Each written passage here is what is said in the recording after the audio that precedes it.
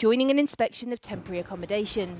The Housing Secretary gets a glimpse at the reality of the homelessness and housing crisis he's charged with fixing. So it's just a single room with an ensuite, so cooking and sleeping in the same space? Yes, studio room. Yeah.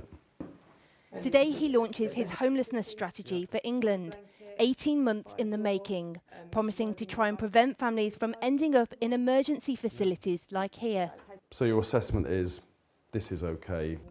Inside, we meet 18-year-old Laura, not her real name, who lives in the small bedsit with her mum. Our house burnt down in March. It was a toaster that exploded, and then the fridge caught on fire, and then just the whole house. That's terrifying. Yeah, it was. After the fire, they stayed in several hotels and with friends until finally being given the room. A small shower room with my mum, and it's great because we have a roof over our head, but it's not the best position, to be in. So. And have you been given any idea of how long you might be here for? No, not any.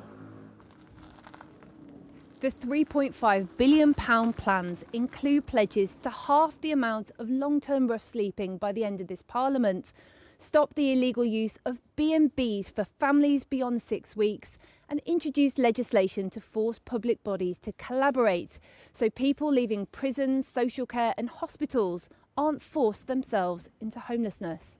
But the plans were criticised last night from some within the Labour Party as not radical enough.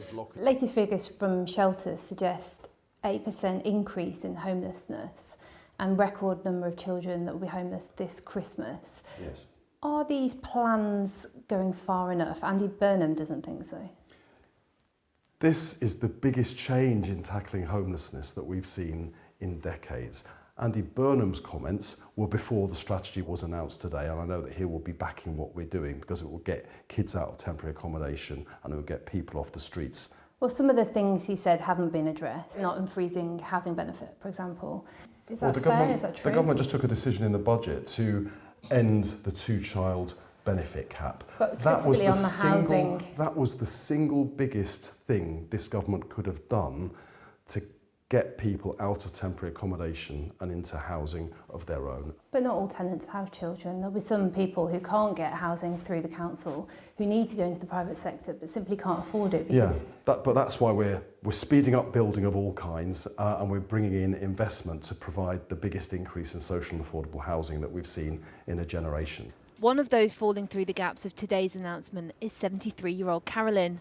Her private and state pensions are above the threshold to get housing benefit, but her income no longer covers the rent in the London area where she has friend support. This is the spacious kitchen. She's ended up in this temporary housing. The council offered her a home, but in the north-east. Oh, I have no friends in Bishop Auckland. I've had no family in Bishop Auckland. Where do you think you go from here?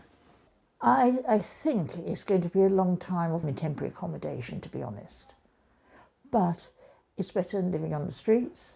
When I sort of giggle, they're probably thinking, well, 73, if we keep her there long enough, she's going to pop her clogs.